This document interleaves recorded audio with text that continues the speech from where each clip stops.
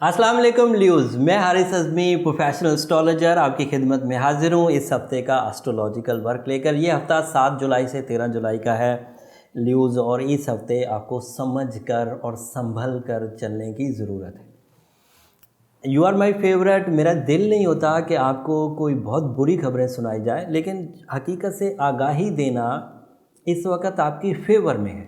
अगर हकीकत छुपाऊँगा तो नुकसानात का अंदेशा बढ़ जाएगा। मामला ये है कि सूरज तमाम ही हाउसेस में काफ़ी पॉजिटिव रहता है, बट 12th हाउस में जाकर आपका रूलिंग प्लैनेट कमज़ोर पड़ता है, और इसकी कमज़ोरी आपके लिए इरादों की कमज़ोरी की वजह बनती है। इसकी कमज़ोरी आपके लिए वक़ार की कमी में इजाफ़ा करती है, इज़्ज़त की कमी में इजाफ़ा करती है, इज़्ज़त की कमी पैदा करती है।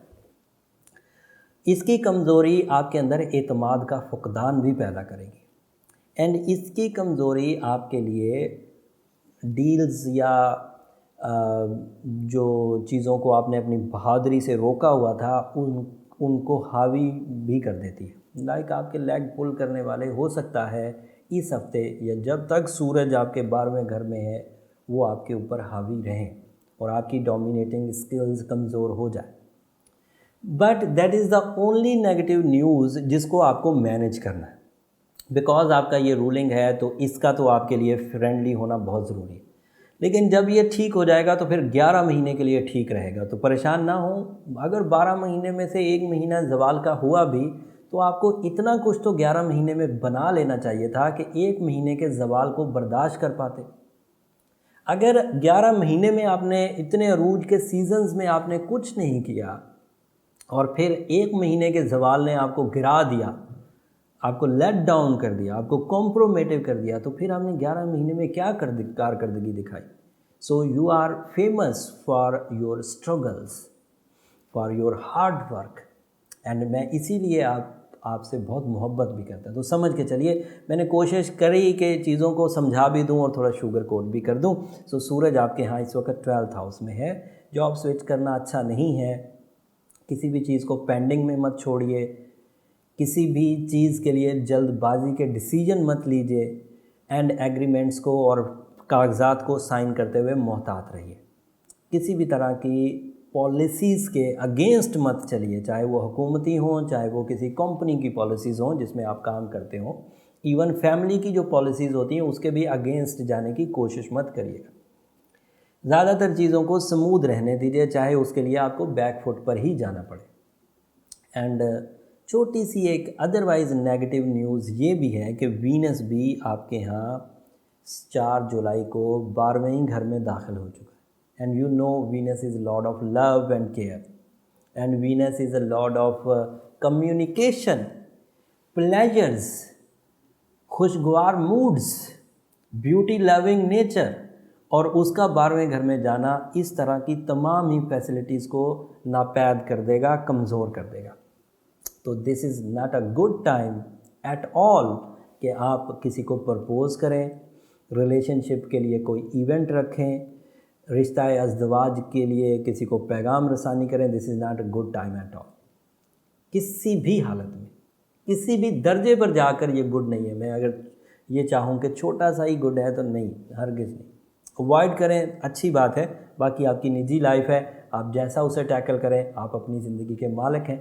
बट बीइंग अ प्रोफेशनल, मैंने 16 साल में कई 100 ल्यूज़ को देखा है कि सूरज 12वें घर में जब 1 महीने के लिए जाता है वो अच्छा खासा उन्हें अपनी ज़िंदगी की कामयाबियों में से पीछे ले जाता है और उन्हें फिर दोबारा सफ़र शुरू करना पड़ता है। बट कानून फितरत ये है कि सूरज जब 12वें घर में 1 महीने के लिए जाता है और उसके बाद बेहतरीन पूरी आबोताब के साथ पहले घर से अपने नए 11 महीनों का आगाज़ करता है, और वो जो 11 महीने होंगे वो आपकी इन सारी कमज़ोरियों को दूर कर देंगे। बस ज़रूरत इस अमर की है कि इन 30 दिनों में कोई मेजर डिस्टर्बेंस ना इख्तियार कर लीजिएगा।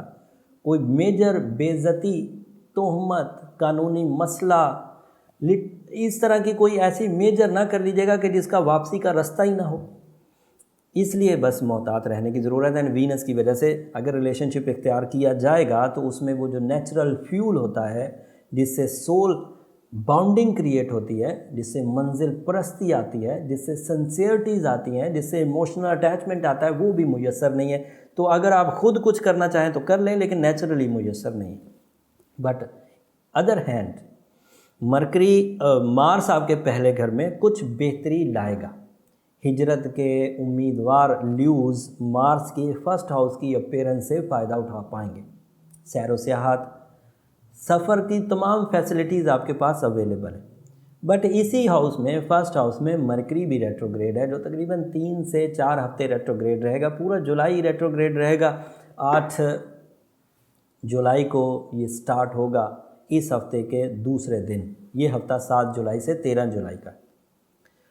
और इस हफ्ते के दूसरे दिन जब ये रेट्रोग्रेड होगा तो अगले हफ्ते भी रहेगा, और अगले हफ्ते चांद ग्रहण भी है, फिर उससे अगले हफ्ते भी रहेगा, और उससे अगले हफ्ते भी रहेगा। लेकिन उस तीसरा हफ्ता जो आज से बाद दूसरा हफ्ता होगा, उस हफ्ते में बहरहाल सूरज अपना घर बदल के अच्छी पोजीशन पर आ जाएगा। तो ये एक गुड न्यूज़ जो 2 हफ्तों के बाद है वो अभी मैं बयान कर देता हूँ, ताकि इतनी बुरी खबरों के बाद तो कुछ थोड़ी सी तो ऑक्सीजन मिलनी चाहिए। रेट्रोग्रेशन ऑफ मरकरी की वजह से वो तमाम उलझने जो सूरज के नेगेटिव पोजीशन पर होने की वजह से पैदा हो रही हैं, उनमें मज़ीद इजाफा हो जाएगा। तो ये भी थोड़ा सा आपको जहन में रखना है कि ज़हनी कारकर्दगी में कुछ कमी ल्यूज़ को महसूस होगी, क़ुव्वत हाफ़ज़ा में कुछ कमी महसूस होगी। चीज़ों को परफॉर्म करते हुए स्ट्रगलिंग बिहेवियर के साथ आगे बढ़ना पड़ेगा। थोड़ा सब्र भी रखने की ज़रूरत है, और उसके लिए मैं रेमेडी आखिर पर दूंगा। बड़ी इफ़ेक्टिव रेमेडी है, बहुत उम्दा काम करेगी। जुपिटर 5वें घर में रेट्रोग्रेड है, so you are not lucky due to कि Jupiter 36% lack of luck produce कर देता है। 5वां घर रोमानवी हाउस है, 5वां घर औलाद का घर है, 5वां घर मुआहदात का घर है, 5वां घर मोहब्बत का घर है। तो इस हाउस में जुपिटर की रेट्रोग्रेशन यहाँ पर भी आपको दूसरी जगह पर वो इत्तला दे रही है कि रोमानवी कामयाबियाँ फ़िलहाल मुयस्सर नहीं हैं। एंड सैटर्न 6th हाउस में जिस्मानी कारकर्दगी में भी कुछ कमी लाएगी।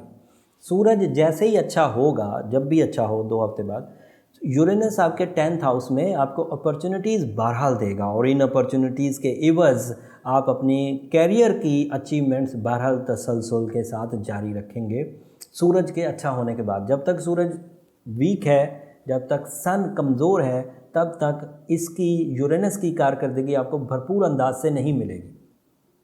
इवन यहाँ तक कि सूरज के अच्छा हो जाने के बाद जुपिटर की भी आपको ज़रूरत पड़ेगी।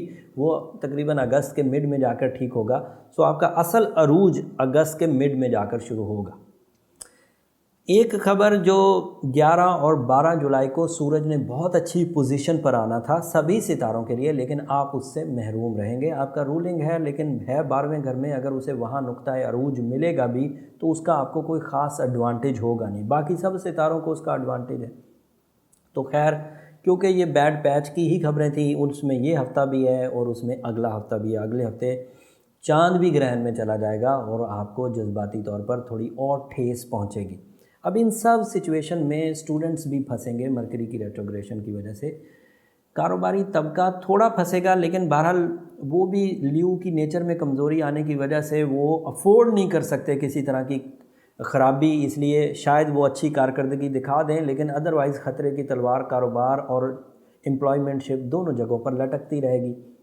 उसके बाद रोमानवी नाकामियाँ भी मैंने आपको बयान कर दी। वीनस 12वें में चला गया है, जुपिटर भी 5वें में रेट्रोग्रेड है। तो आलमोस्ट हमारा एक अच्छा खासा पार्ट ऑफ जायचा जो है, टाइम का जो हिस्सा है, वो नेगेटिव इम्पैक्ट दे रहा है। इस नेगेटिव इम्पैक्ट को आप कार्बोहाइड्रेट्स खाकर, मिनरल्स खाकर, विटामिन्स खाकर ठीक नहीं कर सकते। ज़्यादा सब्जियां खाएं तो ठीक हो जाएंगे, या ज़्यादा गोश्त खाएं तो ठीक। आपको इसके लिए एक सर्टन कॉस्मिक एनर्जी चाहिए, एक सर्टन रेडिएशन चाहिए जो इस तरह की नेगेटिव रेडिएशन को बैलेंस कर सके, और वो मिलेगी रूबी से, वो मिलेगी डायमंड से। डायमंड इज़ एक्सपेंसिव एलिमेंट, महंगा होता है। जो लोग अफोर्ड कर सकते हैं वो ज़रूर 1 कैरेट का सॉलिटेयर पहने। जो लोग डायमंड अफोर्ड नहीं कर सकते वो रूबी या एमरल्ड की तरफ जाइए। एमरल्ड डायमंड के बाद दूसरा पावरफुल मोस्ट स्टोन है ल्यूज़ के लिए, बट अगर वो भी ना मुयस्सर हो तो तीसरा पावरफुल मोस्ट स्टोन जो है वो रूबी है। और उसकी हाई पोटेंसीज यूज़ कर लें। इस सिचुएशन को आप जनरल पोटेंसीज से रिकवर नहीं कर सकते। 8 कैरेट अमूमी तौर पर मैं प्रिस्क्राइब करता हूँ, लेकिन 8 कैरेट इस तरह की सीवियर सिचुएशन को अगले कुछ दिनों तक मैनेज नहीं कर पाएगा। आपको 9 या 10 कैरेट की तरफ जाना चाहिए। अगर आपने एक दफ़ा अपनी ज़िंदगी में रूबी पहन लिया तो फिर ये जितनी दफ़ा भी नेगेटिव होगा सन ज़िंदगी में, अल्लाह आपको लंबी उम्र दे, जितनी दफ़ा भी 1 महीने के लिए नेगेटिव होगा उतनी दफ़ा यही रूबी आपके लिए कारआमद साबित होगा, और जितनी दफ़ा अच्छा होगा उतनी दफ़ा उसकी अच्छाई को एज अ कैटलिस्ट इन्हेंस करेगा। अगर आप सादा ल्यू है, मतलब आपने स्टोन नहीं पहना हुआ, तो अगर आप 50% तक कामयाबियां हासिल करते हैं तो रूबी के वेयर करने से उन कामयाबियों की स्ट्रेंथ 75 या 80% तक जाती है। तो बुराई भी, खराबी, जो नेगेटिविटी ऑफ हॉरोस्कोप है उसको बैलेंस करने में भी रूबी मददगार हो गया, और उसकी रेडिएशन हमारे लिए एक कैटलिस्ट के तौर पर काम करने लग गई, और इसी तरह अच्छाई को भी बढ़ाने में मददगार हो गया। इस असना में जब ये हम केमिकल एक्टिविटी कर लें, रूबी पहन लें, ये केमिकल कंपाउंड है, उस वक्त हम अल्लाह मियाँ को याद करने के लिए, अल्लाह को याद करने के लिए भी अपनी कोशिशें तेज़ करें। उसके लिए इन दिनों सूरह शम्स दिन में 7 दफ़ा पढ़ना बहुत अच्छा है, एंड सूरह वाक़िया रात में पढ़ना बहुत अच्छा है। उम्मीद करता हूँ ये सारी इन्फॉर्मेशन आप खुश दिली से लेंगे, परेशान होने की ज़रूरत नहीं, क्योंकि 11 महीने अरूज मिला था, अब 1 महीने ज़वाल मिला है, तो इसलिए परेशान होने की ज़रूरत नहीं। और इस खुश दिली से लेने के बाद जो कमियां, कमज़ोरियां, जो रिलेशनशिप ट्रबल्स, जो सेहत की ट्रबल्स, या अचीवमेंट्स में डिले या मुशक्क़त में इजाफ़ा होगा, उसको आप आराम से रिकवर करने की कोशिश करेंगे, पेशेंस के साथ, टॉलरेंस के साथ। और जब आप उसे रिकवर कर रहे हों और मेरी मालूमात आपके काम आ रही हो, तो मुझे भी अपनी दुआओं में याद रखिएगा। अगले हफ्ते चांद ग्रहण 16-17 को जो कैप्रिकॉर्न हाउस में होगा, उसकी वीडियो अलग बनाऊंगा, लेकिन अगले हफ्ते उसका इम्पैक्ट आपकी ज़ात पर क्या होगा वो एक अलग कॉन्सेप्ट है, वो अगले हफ्ते तफसील से बयान करूंगा। अगले हफ्ते की वीडियो आपके लिए काफ़ी इंपॉर्टेंट होने वाली है। अगले हफ्ते तक के लिए इजाज़त दीजिए। जाते जाते चैनल को ज़रूर सब्सक्राइब कर लीजिएगा। अल्लाह निगहबान।